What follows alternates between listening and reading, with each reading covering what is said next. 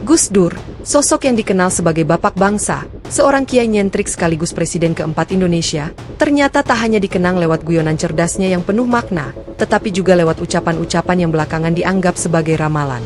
Banyak dari kata-kata Gus Dur yang dulu hanya terdengar sebagai celotehan santai, kini terbukti relevan dengan kenyataan.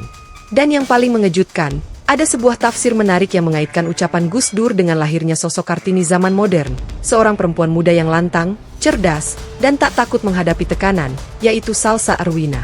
Nama ini belakangan ramai dibicarakan publik, karena keberaniannya mengkritik pemerintah, menentang ketidakadilan, dan memperjuangkan suara perempuan di tengah arus besar politik yang seringkali mengabaikan nurani rakyat.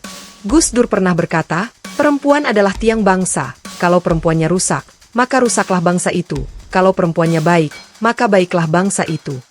Kata-kata ini sebenarnya mengingatkan kita pada perjuangan Ra Kartini, simbol kebangkitan perempuan Indonesia yang menolak dipenjara oleh tradisi patriarki. Namun, tafsir baru dari kalimat Gus Dur ini seolah menemukan relevansinya pada sosok-sosok perempuan masa kini yang berani, salah satunya Salsa Arwina.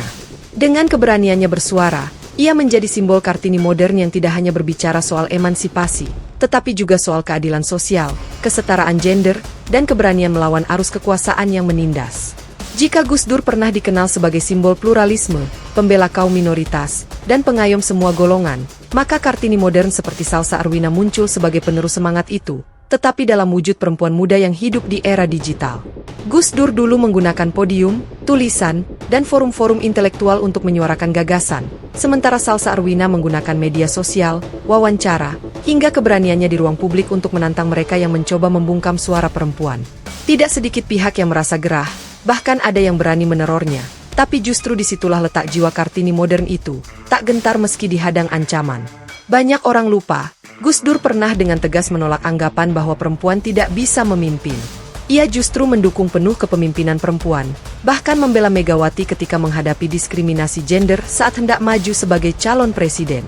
Gus Dur mengutip ayat dan hadis dengan pemahaman progresif, bahwa kepemimpinan tidak ditentukan oleh jenis kelamin, tetapi oleh kapasitas, akhlak, dan visi. Dan bila ucapan ini kita tarik ke masa kini, maka tidak berlebihan jika publik mulai melihat figur seperti Salsa Arwina sebagai representasi nyata, ramalan, Gus Dur tentang bangkitnya Kartini masa depan, perempuan-perempuan cerdas yang tidak lagi mau duduk diam di kursi penonton, melainkan terjun langsung ke gelanggang untuk memperjuangkan nasib bangsanya. Menariknya, bila kita perhatikan perjalanan Salsa Arwina, ada pola yang seolah-olah selaras dengan garis takdir yang dulu pernah disinggung Gus Dur. Ia tak hanya bersuara untuk dirinya sendiri, melainkan juga untuk mereka yang tak punya kuasa. Ia menolak tunduk pada narasi tunggal pemerintah, ia melawan penindasan struktural, dan ia menjadikan dirinya simbol perlawanan damai. Inilah yang membuat banyak kalangan menyebutnya Kartini masa kini, seorang perempuan yang di satu sisi lembut, namun di sisi lain mampu menggebrak panggung politik dengan keberanian dan argumentasi yang sulit dipatahkan. Bayangkan, jika Kartini dulu berjuang lewat surat-suratnya yang kemudian dikompilasi menjadi Habis Gelap Terbitlah Terang, maka Salsa Arwina berjuang lewat opini publik, kritik sosial, dan konsistensi dalam menyuarakan apa yang dianggap benar. Kartini menentang adat Jawa yang mengekang perempuan, sementara Salsa Arwina menentang sistem kekuasaan modern yang seringkali melanggengkan ketidakadilan. Kartini ingin perempuan Indonesia melek huruf dan mendapat pendidikan. Salsa ingin masyarakat melek politik dan tidak dibodohi oleh kepentingan segelintir elit. Perjuangan berbeda zaman, namun dengan benang merah yang sama, membawa bangsa menuju cahaya keadilan. Di tengah ancaman dan teror yang dialaminya, justru semakin kuat narasi bahwa Salsa Arwina adalah sosok Kartini modern yang pernah diramalkan Gus Dur. Kita tahu, Gus Dur punya gaya bicara yang seringkali dianggap seloroh, tapi banyak terbukti kebenarannya. Ia pernah berkata, negara ini tidak akan runtuh karena perbedaan, tetapi akan runtuh karena kehilangan keadilan. Ucapan ini kini menemukan relevansinya dalam perjuangan perempuan-perempuan muda yang menyuarakan keadilan, termasuk Salsa Arwina. Karena tanpa keberanian mereka, suara rakyat kecil akan tenggelam di lautan janji politik yang kosong. Lebih dari itu, apa yang dilakukan Salsa juga menjadi pengingat bahwa perjuangan Kartini belum selesai. Memang, perempuan kini sudah bisa bersekolah tinggi, menjadi dokter, insinyur, politisi, bahkan presiden. Tapi diskriminasi, ketidakadilan, dan kekerasan struktural masih banyak menghantui. Dari pelecehan di ruang publik, marginalisasi perempuan di tempat kerja, hingga pembungkaman aktivis perempuan yang bersuara lantang. Dalam konteks inilah, sosok seperti Salsa menjadi alarm bagi kita semua, bahwa Kartini modern tidak cukup hanya dikenang setiap 21 April dengan memakai kebaya, tetapi harus diwujudkan dalam keberanian nyata untuk bersuara melawan ketidakadilan. Bayangkan jika Gus Dur masih hidup hari ini, mungkin ia akan tersenyum melihat perempuan-perempuan muda yang tak lagi takut bersuara, bahkan di hadapan penguasa. Ia mungkin akan berkata, "Lah wong enak toh, wong wedok saiki yeso ngalah ke wong lanang."